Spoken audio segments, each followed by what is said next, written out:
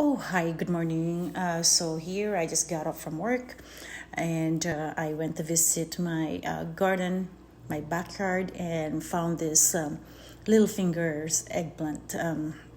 So here I'm gonna give them a little wash, and I will make a very simple recipe.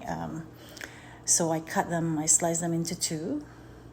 I put some ground pepper, black pepper, a little bit of salt, and some extra virgin olive oil.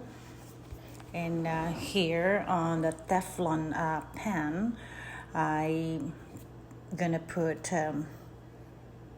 lay down this beautiful little fingers and cook them the way you see it.